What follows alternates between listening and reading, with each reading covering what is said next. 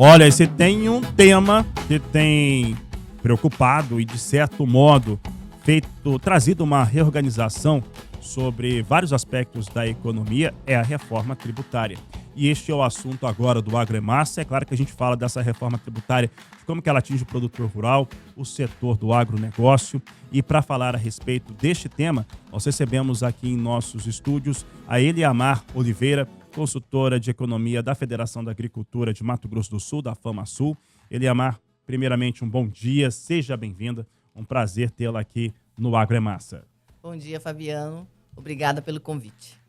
Eliamar, e o que eu estava dizendo, né? É um fator de preocupação, né? Tem exigido a adaptação dos profissionais que trabalham com isso, e as preocupações elas estão principalmente em relação à geração de produtos in natura, do produto commodity mesmo, e como que o produtor rural ele se organiza dentro desse cenário. Hoje, como que a federação tem, e o sistema CNA, de uma maneira geral, tem instruído o produtor rural brasileiro para essa reforma, né, para os efeitos da reforma sobre a sua produção? Fabiano, agora é uma realidade, né? Então, em 2026 já é fato, estamos em fase de teste e sempre, desde o início das tratativas sobre a reforma tributária, a CNA atuou muito próxima, muito firme junto a isso, até para resguardar alguns direitos, né, do produtor rural e também da própria atividade enquanto produto essencial, porque poderia alguns acréscimos de impostos trazer, levar custos e, consequentemente, levar preços que são, né, de alimentos. Mas agora que ela já está em vigência, a nossa preocupação agora é na operacionalização. Então, assim, a FamaSul, a CNA e todos os sindicatos nas suas bases tem que orientar os produtores rurais, porque agora a palavra de ordem é organização. Então, é preciso que de cada um, na sua forma, ou com a ajuda de um especialista, de um contador, aqueles que já o fazem, ou aqueles que não o fazem, né, se organizem em associações para poder começar a pegar a forma de fazer a emissão de nota fiscal, essa questão de você estar usando parte eletrônica, porque já era uma realidade você emitir nota fiscal eletrônica. Agora, muito mais, né? Todos os documentos fiscais serão de forma eletrônica.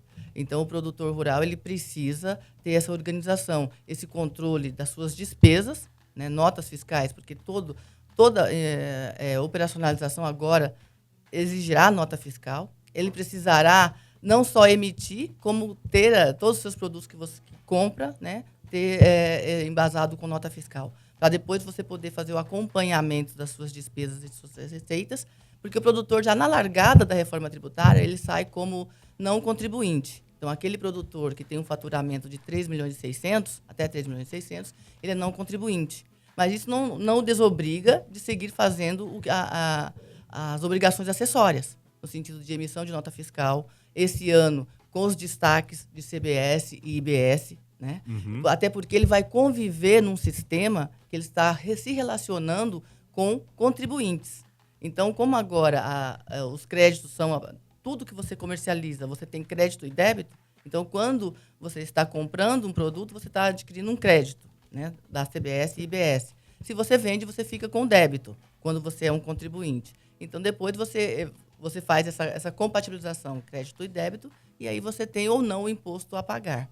E quando ele é não contribuinte, o que ele vai gerar para quem está comprando dele é um crédito presumido, né? Então, o fato dele ter que emitir nota fiscal terá um campo onde ele vai estar informando esse crédito presumido.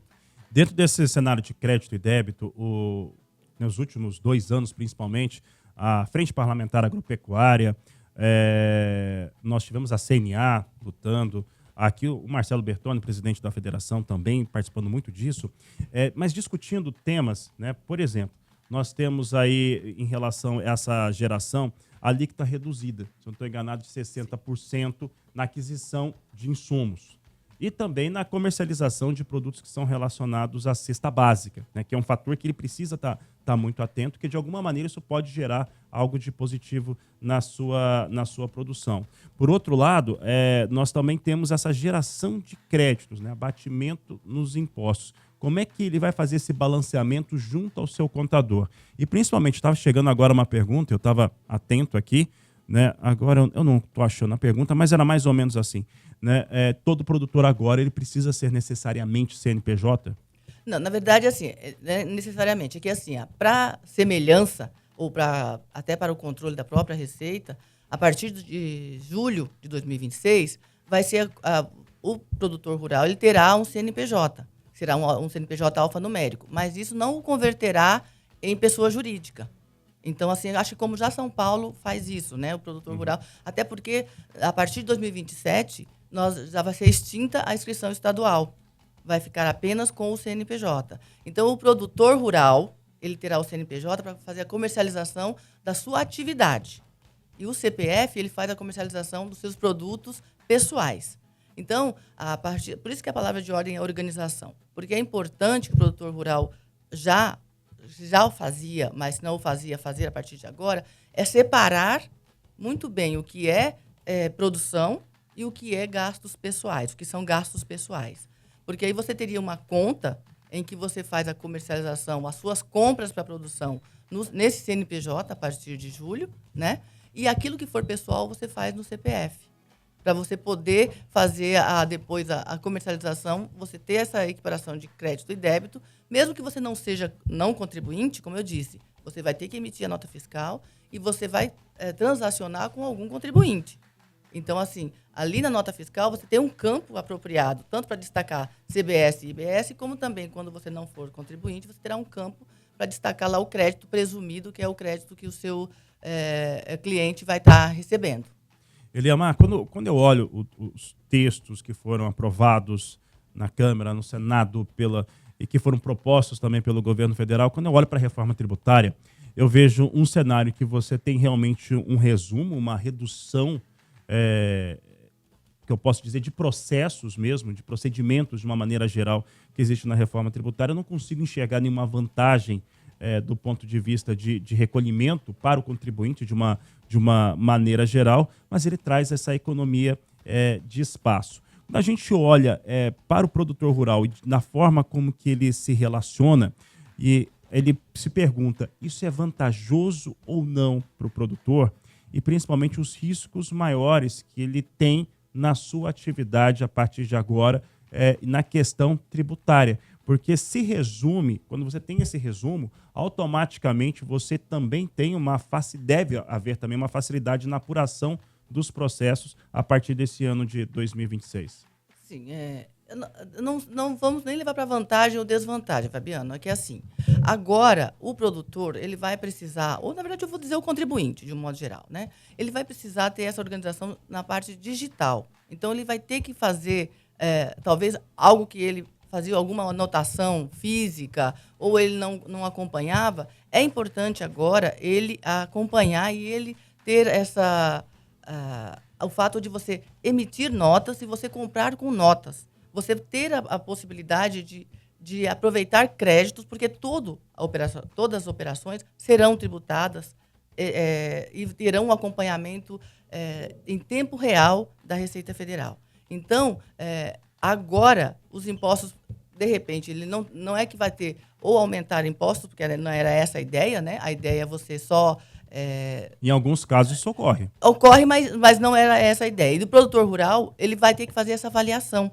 Porque como ele tem a possibilidade de não ser contribuinte, para aquele que tem até 3.600.000, ele tem ferramentas para fazer alguns testes para saber se é mais vantajoso para ele continuar sendo não contribuinte ou ser um contribuinte. Então, isso ele vai ter que ter esse acompanhamento desse profissional e o próprio profissional vai poder orientá-lo no sentido de dizer, olha, com essas suas despesas e com essa sua receita, é mais vantajoso para você ser o não contribuinte, porque, né, o que você vai gerar de crédito presumido para o outro é mais vantajoso.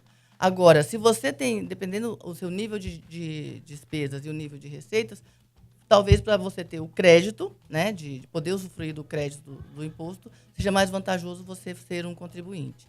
Só que tudo isso agora a gente é um momento de aprendizado, é o momento de fazer os testes. Então, e por isso que a gente orienta o produtor rural a ele acessar todos os canais de informação, ele acessar os seus contadores ou quem, né, o auxilia, porque até a própria CNA já disponibilizou no site, né? calculadoratributária.cna.org.br, que é uma forma do produtor rural fazer o exercício, lançar suas despesas, lançar suas receitas, para ele ter uma noção do qual seria o imposto que ele pagaria.